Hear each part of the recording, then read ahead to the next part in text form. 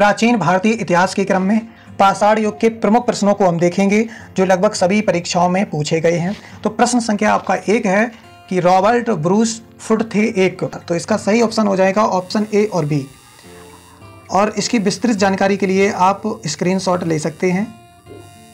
प्रश्न संख्या आपका 2 है कि कोपेनहेगन संग्रहालय की सामग्री से पाषाण, कांस्य और लौह युग का त्रियुगीय विभाजन किया था, तो इसका सही ऑप्शन हो जाएगा ऑप्शन ए, थॉमसन ने किया था। जैसा कि इसकी विस्तृत जानकारी आपके स्क्रीन पर दिख रही, स्क्रीनशॉट आप लेके इसे अच्छे से रिवाइज कर सकते हैं। प्रश्न संख्या आपका 3 है कि उत्खनित प्रमाणों के अनुसार पशुपालन का प्रारंभ हुआ था, तो इसका सही ऑप्शन हो जाएगा ऑप्शन डी, मध्य पाषाण काल में। प्रश्न संख्या आपका 4 है मध्य पाषाणिक प्रसंग में पशुपालन के प्रमाण जहां मिले वह स्थान है ऑप्शन सी, आदमगढ़ में।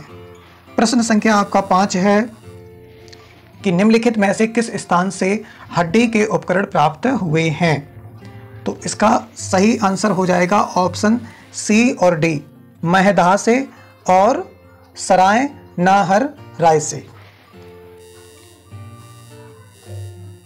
प्रश्न संख्या आपका 6 है हड्डी से निर्मित आभूषण भारत में मध्य पाषाण काल के संदर्भ में प्राप्त हुए, तो इसका सही आंसर हो जाएगा ऑप्शन ए और बी, सराय नाहर राय से और महदाह से।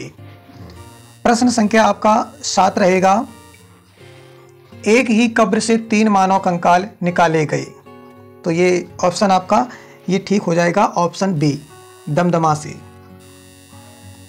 जैसा कि आपको दिख रहा है, इसकी विस्तृत जानकारी आप स्क्रीनशॉट लेके तैयार कर सकते हैं। प्रश्न संख्या आपका 8 है कि खाद्यान्नों की कृषि सर्वप्रथम प्रारंभ हुई थी, तो इसका ऑप्शन सही हो जाएगा ऑप्शन ए, नवपाषाण काल में। और प्रश्न संख्या आपका 9 है भारत में मानव का सर्वप्रथम साक्ष्य कहां मिलता है, ये ऑप्शन डी, नर्मदा घाटी में। प्रश्न संख्या आपका 10 रहेगा प्रथम मानव जीवाश्म भारत की किस नदी घाटी से प्राप्त हुआ था, तो ये ऑप्शन सी रहेगा, नर्मदा घाटी से प्राप्त हुआ था। प्रश्न संख्या आपका 11 है कि मानव द्वारा सर्वप्रथम प्रयुक्त अनाज था, ऑप्शन सी रहेगा इसका सही, जौ। जैसा कि आपको दिख रहा है, इसका स्क्रीनशॉट लेके आप अच्छे से तैयार कर सकते हैं। प्रश्न संख्या 12 है कि भारतीय उपमहाद्वीप में कृषि के प्राचीनतम साक्ष्य प्राप्त हुए हैं, तो इसका सही आंसर हो जाएगा ऑप्शन बी, लहुरा देव से। और विस्तृत जानकारी के लिए आप स्क्रीनशॉट ले सकते हैं, नीचे दिख रहा है जैसा कि स्क्रीन पर। प्रश्न संख्या आपका 13 है कि भारतीय उपमहाद्वीप में कृषि के प्राचीनतम साक्ष्य प्राप्त हुए हैं, तो ये ऑप्शन डी ठीक रहेगा, मेहरगढ़ से प्राप्त हुए हैं। क्वेश्चन नंबर आपका 14 है भारतीय उपमहाद्वीप में कृषि के प्राचीनतम साक्ष्य कहां से प्राप्त हुए हैं, तो ऑप्शन इसका सी ठीक हो जाएगा, मेहरगढ़ से। प्रश्न संख्या 15 है नवपाषाण युग में भारतीय उपमहाद्वीप के उत्तर पश्चिमी क्षेत्र में निम्नलिखित में से किस स्थान पर कृषि के अभ्युदय के प्रारंभिक प्रमाण प्राप्त हुए हैं, तो इसका सही आंसर हो जाएगा ऑप्शन बी, मेहरगढ़ से। प्रश्न संख्या 16 है भारत में पशुपालन एवं कृषि के प्राचीनतम साक्ष्य प्राप्त हुए हैं, ऑप्शन इसका डी ठीक हो जाएगा, मेहरगढ़ से। प्रश्न संख्या 17 है उस स्थल का नाम बताइए जहां से प्राचीनतम स्थायी जीवन के प्रमाण मिले हैं, तो इसका सही आंसर हो जाएगा ऑप्शन डी, मेहरगढ़ से। प्रश्न संख्या आपका 18वां रहेगा कि निम्नलिखित में से किन स्थानों से मध्य पाषाण काल में पशुपालन के प्रमाण मिलते हैं, तो इसका सही आंसर हो जाएगा ऑप्शन सी, बागोर से। प्रश्न संख्या 19 है निम्नलिखित में से किसको चालकोलिथिक युग भी कहा जाता है, तो इसका ऑप्शन ठीक हो जाएगा ऑप्शन सी, ताम्रपाषाण युग को चालकोलिथिक युग भी कहा जाता है। प्रश्न संख्या 20 है आहड़ सभ्यता के बारे में निम्नलिखित कथनों पर विचार कीजिए। तो 1 नंबर आपका है कि आहड़बासी तांबा गलाना जानते थे। नंबर दूसरा है इसमें ये लोग चावल से परिचित नहीं थे।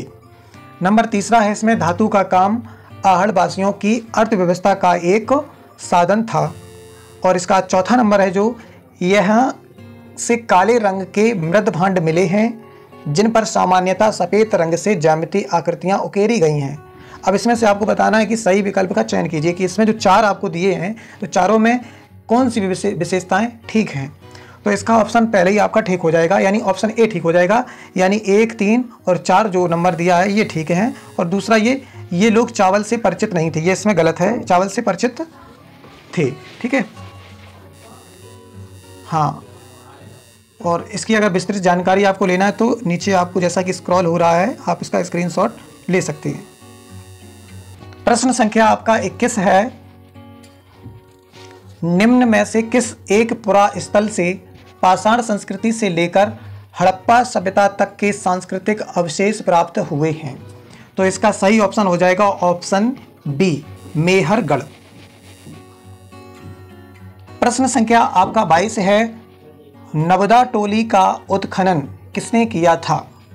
तो इसका सही आंसर हो जाएगा ऑप्शन सी, एच.डी. सांकलिया ने किया था। प्रश्न संख्या आपका 23 है कि नवदा टोली किस राज्य में अवस्थित है। तो ये ऑप्शन डी, मध्य प्रदेश में।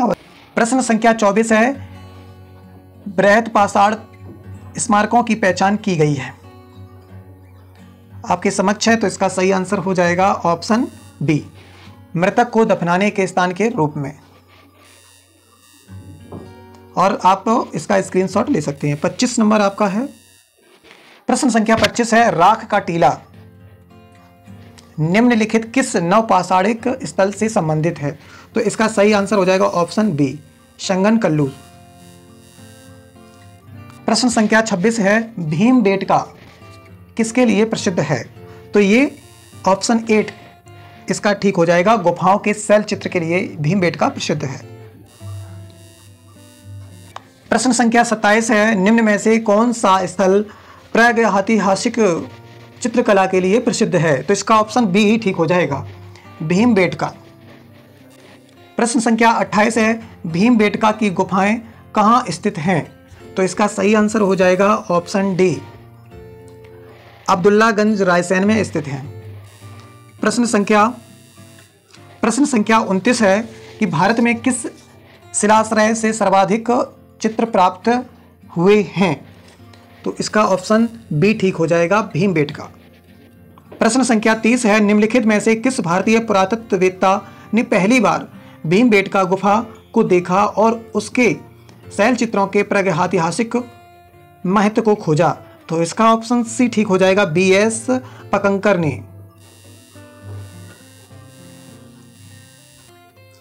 प्रश्न संख्या 31 है, भीमबेटका को किसने खोजा था। तो इसका सही आंसर हो जाएगा ऑप्शन सी, डॉक्टर विष्णुधर। प्रश्न संख्या 32 है, गैरिक मृदभांड पात्र ओसीपी का नामकरण हुआ था। तो इसका सही आंसर हो जाएगा ऑप्शन ए, हस्तिनापुर में। प्रश्न संख्या 33 है, ताम्राश्म काल में महाराष्ट्र के लोग मृतकों को घर के फर्श के नीचे किस तरह रखकर दफनाते थे। तो इसका सही आंसर हो जाएगा ऑप्शन ए, उत्तर से दक्षिण की ओर। प्रश्न संख्या 34 है, निम्नलिखित में से किस स्थल से मानव कंकाल के साथ कुत्ते का कंकाल भी शवाधान से प्राप्त हुआ है। तो इसका सही आंसर हो जाएगा ऑप्शन बी, बुर्जहोम से।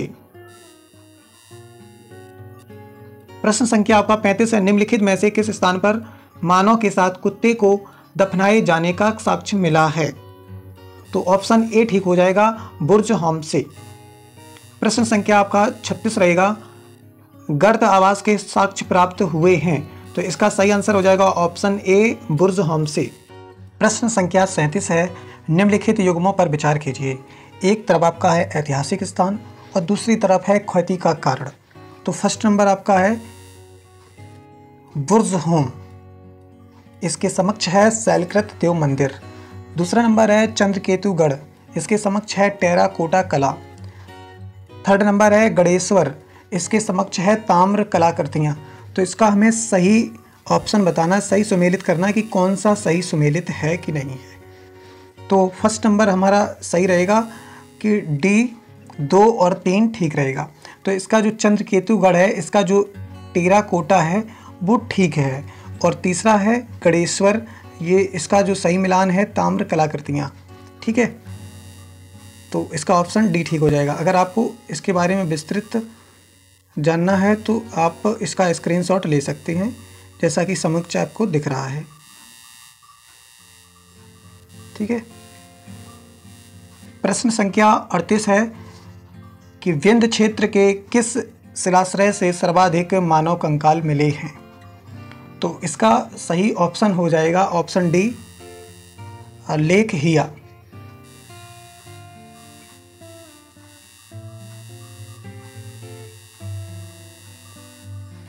प्रश्न संख्या आपका 39 है कि नीचे 2 कथन दिए गए हैं, एक को अभिकथन ए तथा दूसरे को कारण आर कहा गया है। तो अभिकथन हम पढ़ते हैं कि ए विंध्य क्षेत्र के पाषाण युगीन लोगों ने नूतन भूतल काल के अंत में गंगा घाटी में प्रव्रजन किया। कारण आर में रहेगा रीजन, यानी जलवायु परिवर्तन के कारण इस काल में शुष्कता का चरण था। नीचे दिए गए कूट से सही उत्तर का चयन कीजिए। तो हम देखते हैं इसमें जो हमारे पास ऑप्शन दिए हैं इनको हमें सही मिलानित करना है। तो ऑप्शन ए है, ए और आर दोनों सही हैं तथा आर ए की सही व्याख्या करता है। तो इसका सही ऑप्शन ए हो जाएगा।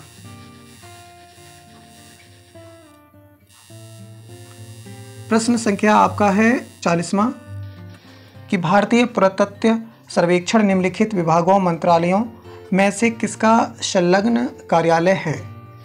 तो इसका सही ऑप्शन हो जाएगा ऑप्शन ए, संस्कृति। प्रश्न संख्या 41 है, भारतीय पुरातत्व का जनक किसे कहा जाता है। तो इसका सही ऑप्शन हो जाएगा ऑप्शन ए, अलेक्जेंडर कनिंघम को। प्रश्न संख्या 42 है आपका, राष्ट्रीय मानव संग्रहालय कहाँ पर है। तो इसका सही ऑप्शन हो जाएगा ऑप्शन सी, भोपाल में स्थित है।